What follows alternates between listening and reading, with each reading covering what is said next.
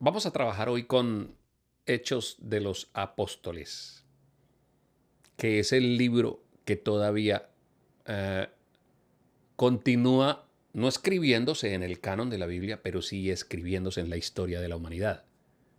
Los Hechos de los Apóstoles, los Hechos de los que aún siguen predicando el Evangelio. Oiga bien, los hechos, no los dichos. No son los dichos de los apóstoles, son los hechos. Lo que la gente hace cuando tiene un encuentro con Jesús, lo que pasa verdaderamente en su vida. En Hechos se nos narra la historia del apóstol Pablo, llamado en un comienzo Saulo de Tarso, perseguidor de la iglesia. La primera impresión, cuando la palabra de Dios nos muestra por primera vez la figura de Pablo, nos muestra un tipo celoso de que en la sociedad no fuera predicada ese tipo de cosas que corrompieran la sociedad. Su intención era buena, su intención no era mala. Su intención era de que no se estuviera agraviando al pobre, que no se le estuviera robando, que no se estuviera engañando a la gente, sino que todo fuera correcto, celoso, docto, hablando varios idiomas, conocedor, con doble ciudadanía, con un palmarés y un perfil de una persona que estaba cualificada para hacer ese tipo de cosas en su sociedad, en su tiempo. Nos muestra la palabra de Dios en el capítulo número 7 de Hechos, versículo 58, cómo se nos habla del primer mártir que tiene la iglesia. Y el primer mártir que tiene la iglesia es Esteban, que es apedreado. Y al ser apedreado, algunas versiones dicen, y Saulo consentía con la muerte de Esteban. La versión de la NBI dice que a Pablo le fueron entregadas las ropas de Esteban. Estaba contento de que eso pasara, de que se acribillara, se juzgara y se le causara daño a esas personas que habían traído una especie de evangelización que era bastante rara. Bastante rara porque hasta el momento cuando usted tenía la oportunidad de ver todo lo que eran los dioses, cuando los romanos adoptan los dioses griegos, los muchos dioses griegos, cuando se podía hablar de las demás religiones y de los más pensamientos, los muchos dioses que tenían otros pueblos paganos, todos concedían en que los dioses estaban tan lejanos de las personas, pero que de pronto hubiese venido uno que se convirtió en hombre, que nació en una humilde pesebrera y que voluntariamente dejó que lo crucificaran para redimir todos los pecados de la raza humana. O sea, Dios viniendo a la tierra, Dios muriendo en el madero del Calvario, Dios naciendo en medio de la caca de los animales, de un pesebre en medio de tanta pobreza, Dios dejándose escupir, Dios dejándose pegar con un palo, arrancar la barba, siendo motivo de burlas. Esa clase de Dios, esa clase de evangelio, esa clase de pensamiento era tan difícil de aceptar como hoy en día sigue siendo. Usted encuentra por la sociedad personas que son detractoras del Evangelio. A veces son detractoras de algo que no conocen, como en el caso de Pablo. De oídas te había oído, o sea, es que me contaron. Y sobre todo en esta época, ¿no? Uno puede encontrar personas como esas que tienen una intención, una loable intención de querer defender para que a la gente no se le robe, para que la gente no se le asalta, para que no le laven el cerebro, para que no sean idiotas útiles de algunos pastores, de algunas iglesias y de algunas congregaciones. Porque vamos a ser sinceros, al diablo no le gusta y está encargado de enturbiar el evangelio puro, el evangelio que lleva al verdadero arrepentimiento y cambio de las personas. Y la mejor manera de enturbiar un mensaje que cambia propósitos en vidas, que hace que el borracho se convierta, que hace que el esposo retome su camino, que la mujer entienda para que fue creada, que viva en bendición, que tengan hijos en sujeción, que su familia produzca y avance. La mejor manera para enturbiar ese mensaje de salvación, de que Dios, viendo la inutilidad del hombre, un día decidió enviar a su hijo para morir en el Calvario, en el madero del Calvario, para que a través de su nombre y de ese sacrificio pueda llevarse a una raza que está muerta en sus delitos y pecados y llevarlos a vivir toda una eternidad, perdonarles sus iniquidades y hacerlos pueblo suyo. Ese mensaje es, digamos que fácilmente enturbiado por aquellos que han pervertido el evangelio, por aquellos que, iglesias que predican la prosperidad, iglesias que están interesadas en las personas en sacarle la plata, iglesias que predican el falso evangelio de que cuando vienes a Jesús, pues ya todo se resuelve en tu vida. Y, iglesias que han tomado a muchas personas como idiotas útiles, sí. Estábamos hablando esta semana con mi esposa de todo eso que se ve, iglesias en donde si el pastor no quiere, no da la autorización para que una persona tenga un novio, y es el pastor el que tiene que dar la autorización para que se case, y es el pastor el que tiene que dar la autorización, y si usted se atreve a irse de esa iglesia le cae la maldición porque usted está en rebeldía. Y estábamos viendo una serie de videos donde salen, bueno, pastoras, porque ahora hay pastoras también, así como hay profetas del Señor y apóstoles, ¿no? Y la profeta tal, ¿no? Profetas y profetillos, y hablaban y tergiversaban tanto, pero tanto, que uno dice, ¿cómo es el diablo de astuto que pervierte algo tan maravilloso, tan poderoso como es el evangelio de la redención de las personas? Lo intenta pervertir para que esas personas como el apóstol Pablo, ¿no? Digan, no quieran saber absolutamente, o se vuelvan detractores aún sin conocer. Ese era el caso de Pablo. Pero me pregunto, ¿no? Me pregunto.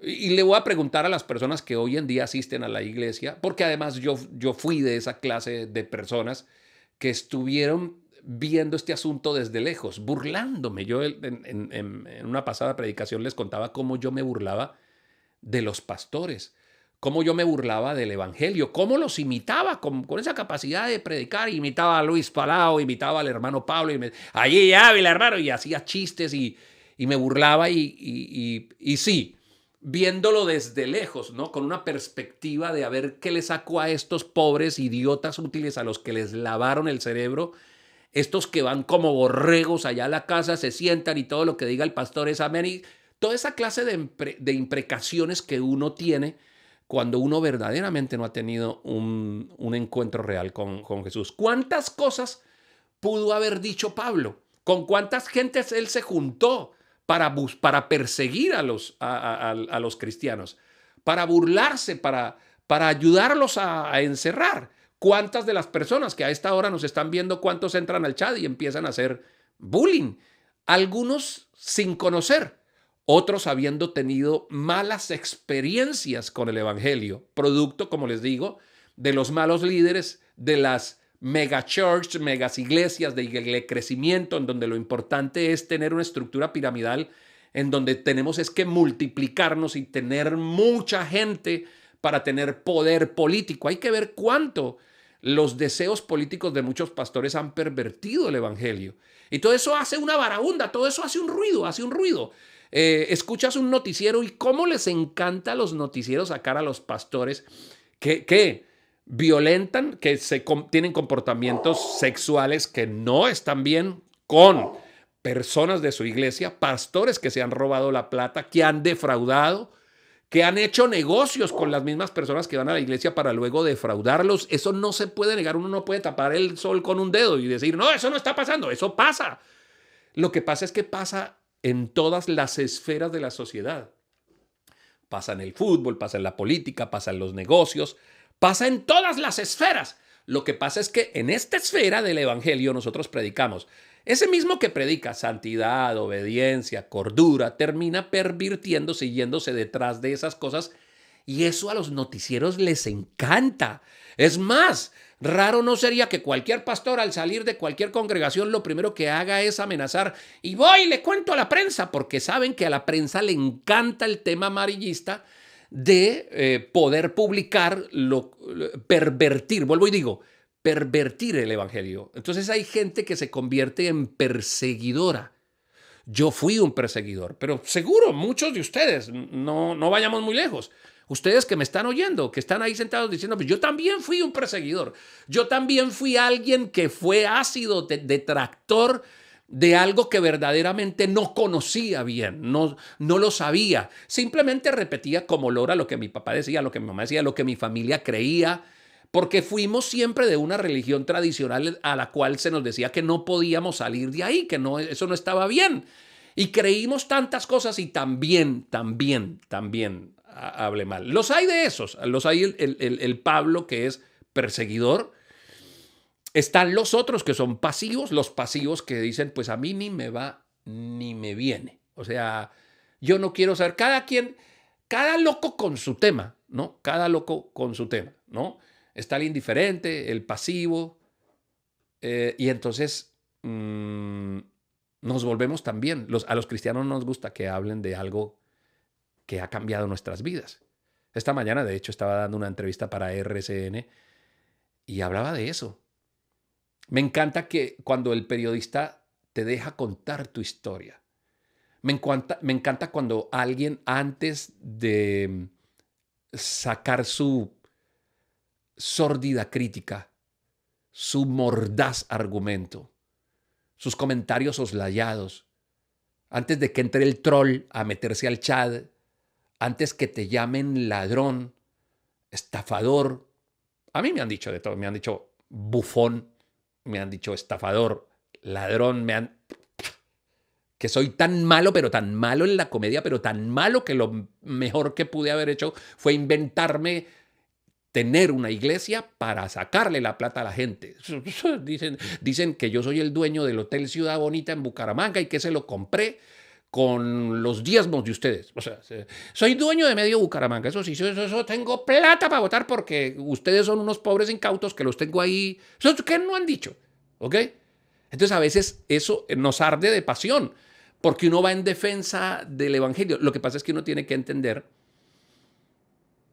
como cristianos, que uno no debería defender a alguien, al Señor Todopoderoso, ante el cual se doblará toda rodilla y todos reconocerán que es Cristo, ante la evidencia. A veces estamos perdiendo demasiado tiempo defendiendo una causa que ya de por sí sola se defiende, porque como dice la palabra de Dios en Romanos, nadie tiene disculpas de decir que no conoce a Dios, porque la misma naturaleza clama y muestra la grandeza de Dios, y porque Dios además a todo ser humano le puso conciencia. Dicen, no tienen disculpa, porque Dios les puso conciencia. Sus innumerables obras, su naturaleza claman de adentro. La naturaleza del ser humano clama porque exista Dios y el que quiera que lo busque, lo encontrará.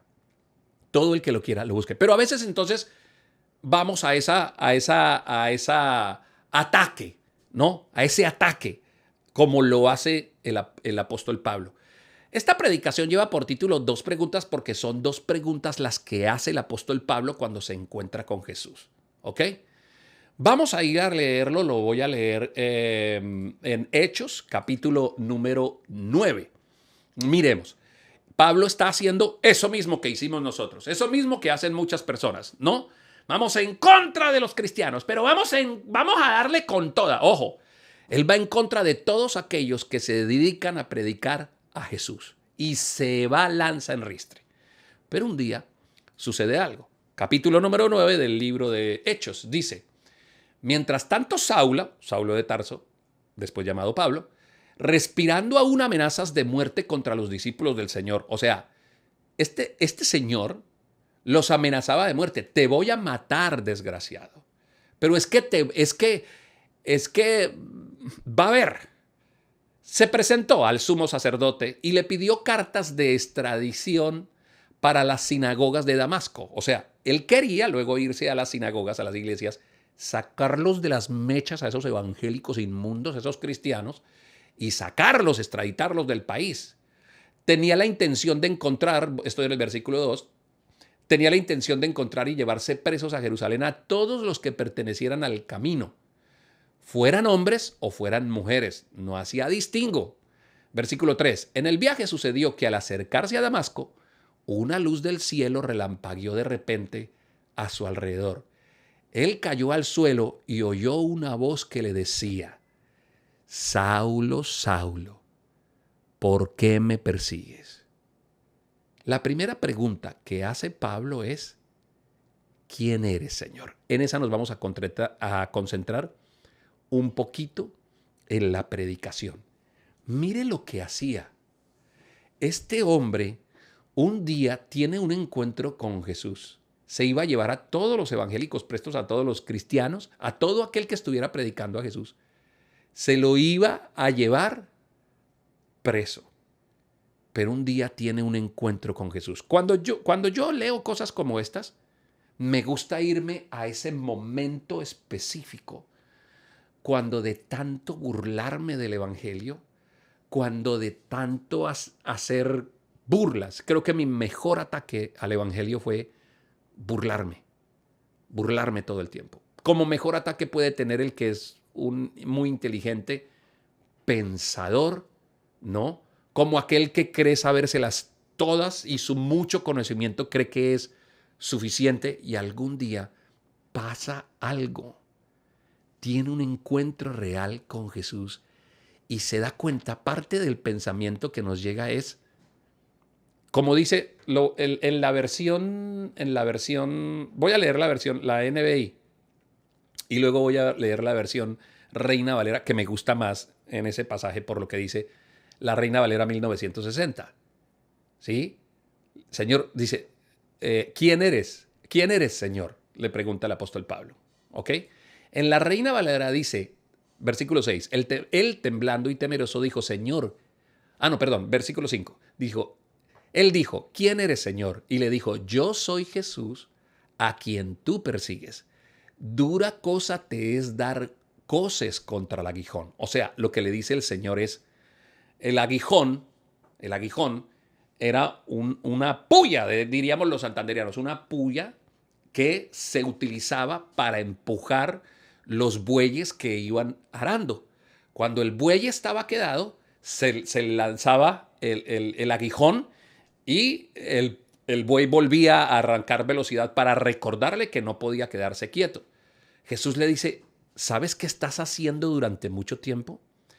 Le estás dando, haz de cuenta que tú tienes una puntilla en la pared y le estás dando puños a la puntilla en la pared. Lo que el Señor quiere aquí que Pablo entienda es, Pablo, ¿no te estás dando cuenta que yendo en contra de la obra del Señor, quien se está haciendo daño verdaderamente eres tú? ¿No les pasa a ustedes que a veces esa gente que está enconada contra el evangelio, que te duele, ¿no? Muchas veces tus propios familiares, porque tú dices, no se suponen que mis familiares que deberían agradarse de que ahora no fumo, no bebo, amo a mi esposa, dejé la gritería, los chismes, voy a la iglesia, quiero rectificar mi vida y entregarme a Dios, la primera que se burla es la misma familia. Y al poco tiempo usted está diciendo, pero ¿qué les pasa? ¿Por qué tanta sordidez? ¿Por qué se burlan tanto de lo que si yo he querido es cambiar mi vida? Si yo he querido es empezar a hacer las cosas ahora bien. Y tú te das cuenta que esas personas están haciendo lo mismo que el apóstol Pablo, y así como tú lo hiciste, dándole puños y causándose ellos mismos daño. Están haciendo algo que no le causa daño al evangelio. Vuelvo y digo, es que Dios no necesita ser defendido. Dime quién podría defender a Dios. O sea, al final de todo, Dios se saldrá con la suya. Al final de tu vida será evidente lo que Dios hará en ti. O sea, a veces hay que recordarle a la gente, no te desesperes, el tiempo es el mejor aliado para un cristiano, para que termine manifestándose el testimonio de la obra de Dios en su vida. A veces yo tengo que decirle a la gente, pero ya deja de pelear con ellos, no te preocupes. Sí, pero tiempo. Las consejerías a veces, con Yasmín siempre decimos, tiempo, no te preocupes. A ver si se lo digo a algunas personas que necesitan escucharlo hoy. No te preocupes. El tiempo te dará la razón. No te preocupes. El tiempo es un buen aliado. Yo recuerdo cuando yo tomé mi decisión por Jesús, me di cuenta que estaba dando puños contra una puntilla. Le estaba dando coces contra el aguijón y que el que me estaba hiriendo era yo. Pero luego alrededor, como si mis ojos fueran abiertos, me di cuenta que todos mis amigos empezaron a hacer lo mismo conmigo. Se burlaban, se disfrazaban de... Imagínese usted uno como comediante tomar una decisión por Jesús en medio de 40 comediantes. Eso es el motivo de burla. Le decían a mi esposa, señora, ¿y usted también así agarra la correa y se está dando latigazos en la espalda? Y yo recuerdo que parte de lo que Dios me puso a hacer es eso.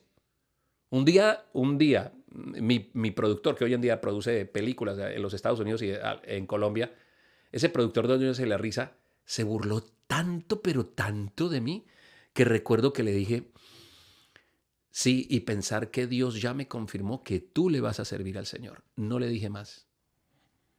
Hace como 2 años, en su ordenación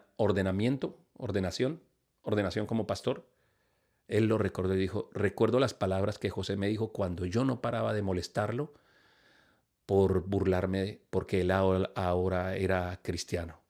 Y mírenme aquí ahora lo que soy. Tiempo. Tiempo. Necesitas a veces relajarte y dejar de discutir tanto. Mire, nosotros en la familia tenemos un concepto bien definido con Yasmith. No discutimos con la familia ni de política ni de religión. Punto. Ojo con el término, no discutimos. Nosotros hablamos. Hablar significa que cuando yo hablo, ¿sí? La otra persona me deja expresar mi idea, la respeta y luego me da su idea, ¿no? Como Montesquieu. Quizá yo no esté de acuerdo con lo que tú estás diciendo, pero daría mi vida para que tengas la libertad de poder expresarlo. Algo así, ¿ok? Entonces, cuando nosotros en familia tenemos una conversación política, ¿cierto? Y se suben los ánimos, inmediatamente cortamos el asunto y pasamos a un siguiente tema. Mire, y por favor, ahora les está hablando el pastor de familias. Por favor, en las familias no se discute, se conversan cosas y se hablan de ideas, pero cuando el tema político se vuelve discusión, hay familiares con los que ese tema no lo toco porque sé que tú eres recalcitrante. Entonces, nosotros hacemos eso.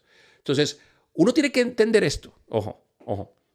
Quizá tú estés dedicando demasiado tiempo a defender y el Señor no necesita tu defensa. El Señor es el gran yo soy.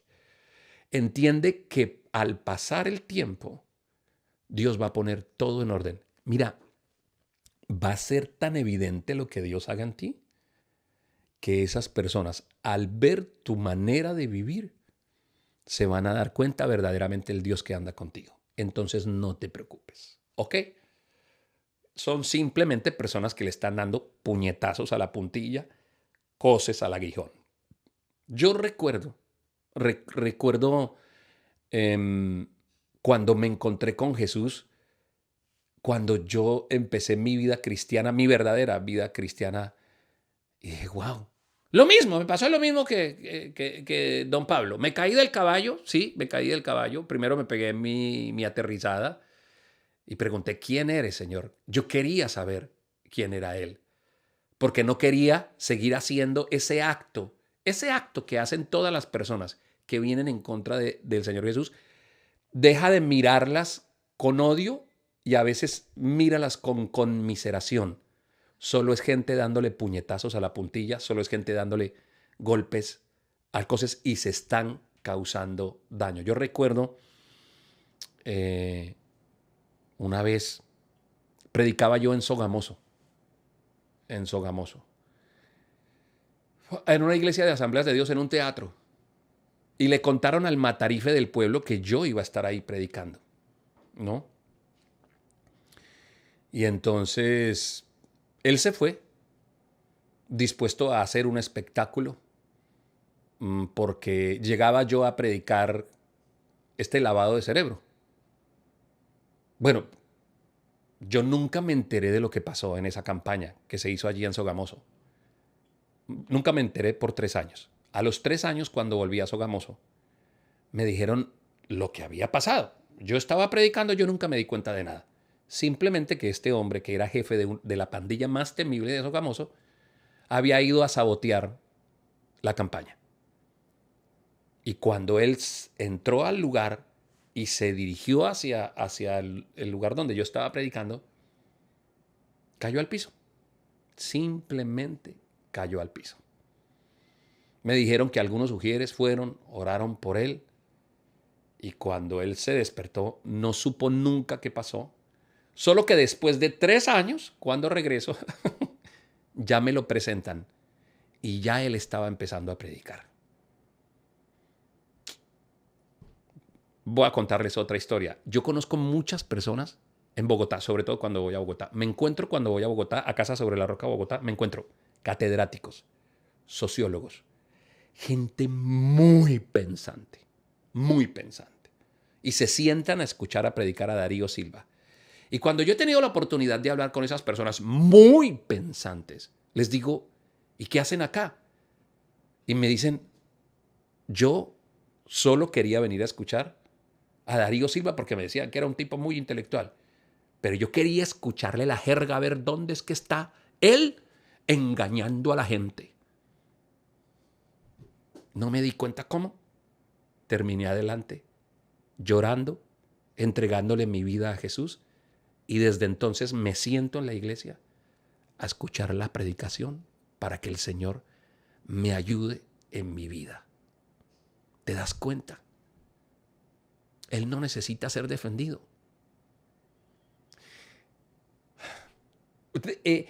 Y el que ofende y el que viene en contra de él, pues tendrá su retribución. O sea, le dieron a Dante Gebel, recuerdo, él me invitó a predicar en la Catedral de Cristal en la ciudad de Los Ángeles, California. Y estaba allí y usted sabe que la Catedral de Cristal terminó perdiéndose, ¿no? Pero la primera vez que le envían una jueza, escuche, una jueza no, un juez. El juez determina una orden para que cierren la Catedral de Cristal. Y entonces firma los documentos y la secretaria, atea hasta los tuétanos, le dice, déjenme tener el placer de llevar debajo de mi sobaco aquí, de llevar esos papeles y cerrarles esa iglesia a esos evangélicos. Y me contaba Dante, me contaban algunos de sus asistentes, cómo exactamente pasó lo mismo. Entrando esta mujer a la puerta, simplemente cayó. Y ella dice que no se acuerda, que fue una experiencia hermosa. Es como un Pablo dándole cosas, diciendo, ¿por qué me persigues? Ojo, yo no estoy predicando aquí una doctrina. Son experiencias y es muy fácil que después hagamos de las experiencias una doctrina. Yo estoy predicando experiencias que se asimilan, se asemejan a lo que le pasó a Pablo, porque Pablo iba por los cristianos y se encuentra con el Señor. Pero me detengo. Yo no necesito ni vender la historia de Dante, ni de Darío Silva, ni de José Ordóñez. Yo le pregunto, ¿cuántos de ustedes fueron a la iglesia con otra intención, con la intención de ofender, molestar, sabotear, reírse, burlarse, y no se dieron cuenta cómo fue que en algún momento estuvieron adelante, llorando, confrontados con su pecado? ¿O cuántas veces ustedes se han preguntado, ¿quién le contó a ese pastor la historia de mi vida? ¿Quién le dijo que yo iba ese día con ese problema y con esa dificultad? ¿Quién le contó? No sé cómo, pero al estar sentado o sentada allí, sentí que Dios me habló. Sentí que yo era ese Pablo cayéndose del caballo diciendo, Señor, ¿quién eres? Eso nos preguntamos nosotros cuando pasamos allá adelante o cuando tenemos un acto de contrición y decimos, Señor, ¿quién eres? ¿Quién eres? Esa es la primera pregunta que se hace Pablo. Señor, ¿quién eres? La segunda pregunta que se hace Pablo es, ¿qué quieres que yo haga? Leo el versículo 5 y el versículo 6 que están en la Reina Valera 1960. El 5 dice, él le dijo, Señor, ¿quién eres? Y le dijo, yo soy Jesús a quien tú persigues. Dura cosa te es dar cosas contra el aguijón. Versículo 6. Él temblando y temeroso dijo, Señor, ¿qué quieres que yo haga? Segunda pregunta. Me puse a pensar hoy. Qué buenas preguntas las que se hizo Pablo, porque creo que todo cristiano en algún momento de la vida se la hizo. ¿Quién eres? ¿Por qué me hablas así? ¿Por qué pareces que conoces mi dolor? ¿Por qué parece que conoces mi angustia? ¿Por qué me predicas y me hablas así de tal manera que cuando vino ese mensaje taladró mi alma y me pareció como si me hubieras conocido de toda la vida? ¿Quién eres? Oh, soy Jesús, al que tú vienes persiguiendo hace años, del que te vienes, querido José, del que te vienes riendo toda tu vida. Yo soy Jesús, del que tú huyes, al que tú has perseguido. Yo soy Jesús. Pero la segunda pregunta, es inevitable que toda persona que ha conocido a Jesús la haga. O sea, no se puede ser cristiano sin hacerse esa pregunta. Ok, Señor, ¿y qué quieres que haga? Porque el qué quieres que haga manifiesta y revela la intención de la persona de demostrar que sí se ha hecho un cambio. Y yo no conozco todavía la primera persona que al conocer a Jesús permanezca como un ente pasivo. No creo que los cristianos sean clases de personas que les pase como Pablo. Se caigan del caballo, les pase algo muy grande, escuchen que Jesús les habla, sus vidas cambien y luego permanezcan quietos. No se puede. Creo que parte de la originalidad a un cristiano se le nota en que el cristiano, si le tapas la boca, le van a salir palabras, le van a salir predicaciones letricas por todo lado. Si lo encierras en un calabozo, con más ahínco va a predicar. Si lo criticas aún más, más va a predicar.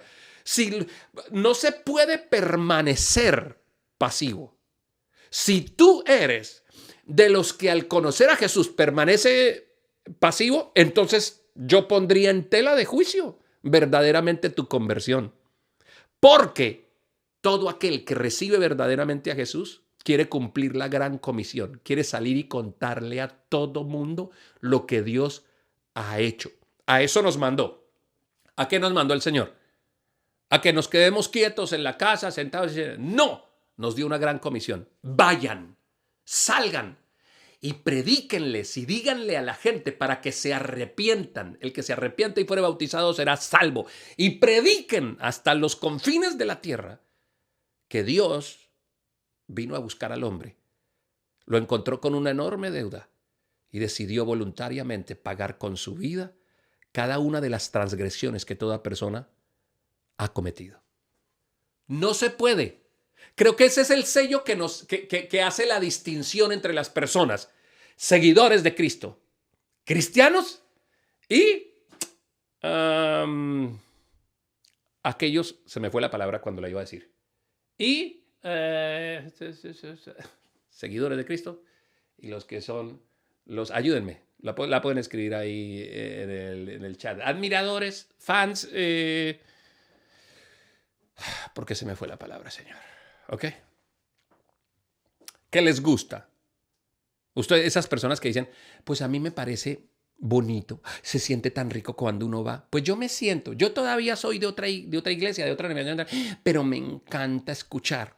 Me paro, me voy y sigo como si nada. ¿No? Sí. Admiradores, o sea, como unos fans de lejos. Todavía no encuentro la palabra. Sí. Ahí lo tiene.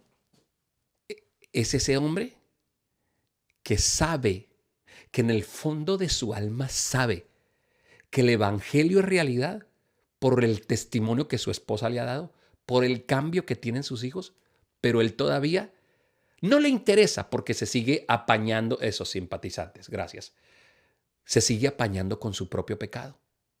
O sea, ¡qué bacanos! ¡Qué bacanos! Mire la clase de pensamiento de muchos hombres. No, a mí me gusta que mi esposa vaya. Yo la dejo que vaya ya a la iglesia. Claro, ¿cómo no te va a servir? ¿Cómo no te va a servir que tu esposa vaya a la iglesia? Si va a dejar la gritería, si va a dejar la peleadera, se va a volver una mujer dócil, amorosa, si se va a dedicar a sus hijos, si va a cumplir muchas órdenes y muchos principios que la palabra de Dios le va a enseñar a ella y a ti te va a beneficiar. Pero claro, yo conozco muchos de esos.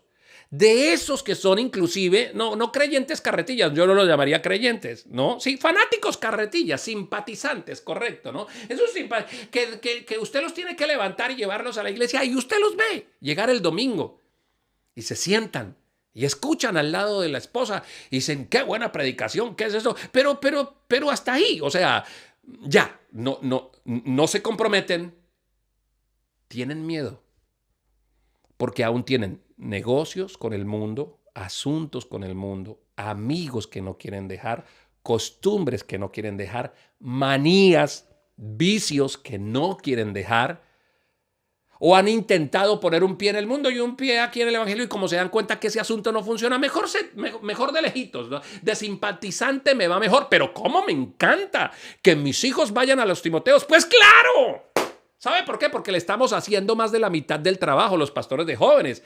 Estamos educando a tus hijos, les estamos enseñando principios, valores, los estamos acercando a Cristo. Y la obra de Cristo en ellos va a ser que se conviertan en una gran mujer y un gran hombre. ¿Y a qué papá no le gusta esa vaina? O sea, que le ayuden, ¿no? O sea, que le hagan el trabajo, ¿no? Vaya, mijo, vaya, eso es bueno, eso es muy bonito por allá. Sí. Y aún así a veces te dices cristiano. ¿Cuántos artistas conozco yo que han tenido oportunidades, pero mire, oportunidades de predicar a Jesús? Cuando les entregan un Grammy, cuando los entrevistan en la televisión, cuando en cualquier cosa que hagan y parecen cristianos de la secreta. Y yo digo, ¿pero qué le pasa a este? Con ese mundo de seguidores que tiene. Con esa capacidad que tiene para cantar, para actuar, para hacer, para inventar, para pintar. ¿En dónde puedo ver reflejado yo a Cristo en todo lo que Él hace? Porque es imposible no tener una real conversión y que por dentro te cueza el alma y sientas esa pasión de contarle a la gente que tu vida cambió. Que cuando en la noche acomodas la cabeza en la almohada, duermes bien. Porque Él es el príncipe de paz, porque su paz llegó a ti. Uno tiene que arder de pasión. Uno tiene que, donde le ponga un micrófono, una cámara, lo que sea. Si nos echan y si nos volvemos impopulares, no me importa, no nos tiene que importar. Porque a Pablo, cuando tuvo una real conversión con Jesús, lo demás dejó de importarle. A partir de ese momento dijo, tengo que ser pobre con el pobre, rico con el rico, y si lo pierdo todo no hay ningún problema, porque todo lo puedo en Cristo que me fortalece. ¿Y sabe qué? Dijo, las obras, todo lo que yo he hecho, son como trapos de inmundicia, y yo no puedo hacer nada para merecer la gracia de Dios. Y a partir de ese momento se fue mudado en un Pablo. Dejó de ser Saulo de Tarso para convertirse en un Pablo al que amarrado, preso, lo azotaron, lo golpearon, le hicieron de todo y sin embargo seguía diciendo, yo sé que mi Redentor vive. Tengo que terminar, pero no quiero hacerlo sin hacerles una pregunta. 2 preguntas se llama esta predicación. ¿Quién eres, Señor? Primera pregunta del apóstol Pablo. La segunda, después de saber quién era Jesús, dijo, ¿y qué quieres que haga? Dime lo que hay que hacer. Porque lo que tú me digas que yo haga, Señor, hasta el último momento de mi vida, yo lo haré por ti. Yo lo haré. No se puede. No se puede conocer a Jesús y permanecer pasivo. No se puede. No se debe. Porque las personas que tienen una real conversión le preguntan al Señor, y a partir de este momento dime tú qué quieres que yo haga, porque lo que tú me digas que yo haga. A veces no solamente tiene que ver con el hecho de salir y predicar y montar y hacer. A veces el Señor puede que nos diga, ¿qué quiero que hagas? Que dejes de gritar a tu esposo, que dejes de robarte la plata, que dejes de maquillar los impuestos, que dejes de ver a las mujeres ajenas, que empieces a ver a tu esposa que empieces a construir la relación con tus hijos. Porque cada pequeña cosa que hagamos solo es una pequeña piedrita que va construyendo un muro de testimonio que con el tiempo se levanta para mostrar la evidencia de lo que Cristo ha hecho en tu vida. Sí, después pueden venir las grandes obras, después puede venir predicar en una cárcel, después puede venir salir en la televisión y hablar del Señor, montar una iglesia o dedicarte a las viudas y a los necesitados y a los huérfanos. Después puede venir todas esas cosas grandes, pero sabe, muchas veces empieza el Señor por decir, ¿me preguntaste qué quieres qué quiero yo que tú hagas? Deja de robar. Deja de maldecir, deja de decir vulgaridades, groserías. Cambia tu vida. Permíteme por primera vez que yo sea el Señor de todo. No me des un pedacito de tu vida. Dámelo todo. ¿Sabes por qué, Pablo? Porque llevas mucho tiempo dándole puños al aguijón y no sabes el daño que te estás causando.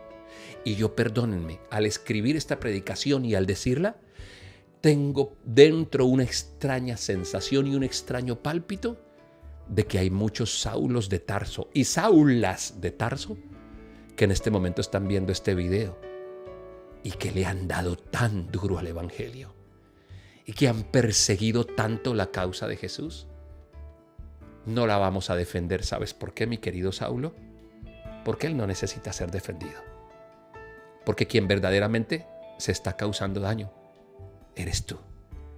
Y porque anhelamos que en el fondo tú tengas un encuentro real con Jesús. Porque a partir del momento en que tú tengas un encuentro real con Cristo, tu vida va a ser nueva, va a ser diferente. Serás mudado en un nuevo hombre. Y entonces, así como has sido muy bueno para hacer lo malo, serás inmejorable para hacer lo mejor. ¿Viste que Pablo era muy bueno para hacer lo que hacía? Se creía el mejor. Pero luego fue inmejorable. Fue el apóstol que predicó a todos los gentiles y el evangelio fue expandido a muchos lugares del mundo. Y gracias al apóstol Pablo, yo, mi casa, mi familia, mis hijos, pudimos conocer ese amor maravilloso de Cristo. ¿Entiendes eso? Tú no te alcanzas a imaginar. Esa boca que sirve para maldecir hoy la obra de Dios, cuánto Dios la va a utilizar para bendecirla. Y cuando Dios te mude en un nuevo hombre y cuando Dios te mude en una nueva mujer, arderás de pasión por contarle a los demás que Cristo es vida. Señor, te damos gracias. Te damos gracias, querido Jesús. Eres tú, Señor, la manifestación de Dios viniendo a la tierra para darnos vida y vida en abundancia. Y yo oro por ese Saulo de Tarso que me está viendo, por esa Saula de Tarso que me está viendo, por ese hombre que hasta el momento ha permanecido pasivo, solo burlándose, solo riéndose. Y yo sé, Señor, que tú le mostrarás, tú harás la obra, Señor Dios. Nosotros humanamente intentamos hacer lo que podamos, pero la obra es tuya, Señor bendito, y tú te encargarás de todo hombre y de toda mujer que se burle, de todo hombre que venga contra tu obra. Tú defiendes tu causa, querido Señor.